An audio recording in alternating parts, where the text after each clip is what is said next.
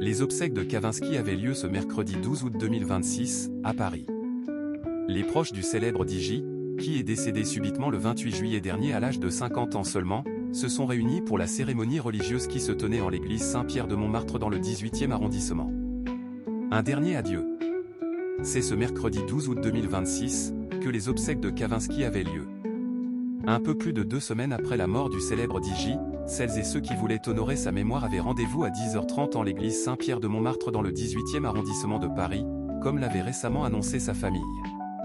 Le corps de Vincent Belorgy, le véritable nom de Kavinsky, avait été retrouvé chez lui, sans vie, le mardi 28 juillet dernier.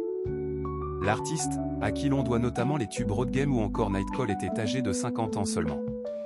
Après la cérémonie religieuse, sa dépouille sera inhumée au cimetière Saint-Vincent de Montmartre.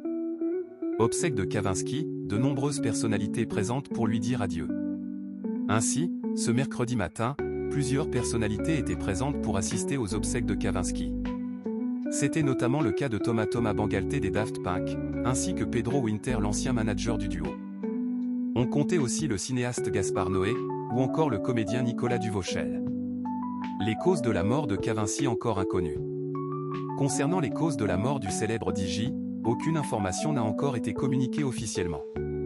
Lors de la découverte de son corps, nos confrères de Libération avaient rapporté les dires du parquet qui annonçait qu'une enquête allait être ouverte afin de déterminer l'origine du décès.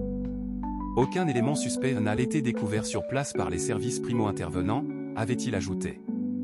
Les hommages se multiplient après l'annonce de la mort de Kavinsky. Après l'annonce soudaine de la mort de Kavinsky, de nombreuses personnalités avaient confié leur grande émotion, à l'image du chanteur The Weeknd. L'artiste canadien déclarait sur Instagram « C'est tellement déchirant d'apprendre la nouvelle. Une inspiration pour beaucoup, moi compris. Je continuerai d'honorer ton nom et ta musique.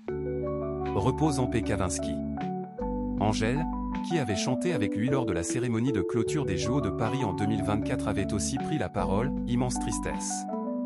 Merci de m'avoir permis de vivre ce moment inoubliable sur scène avec toi et toute l'aventure qui a suivi. Pensées et toutes mes condoléances à la famille et aux proches, avait-elle écrit.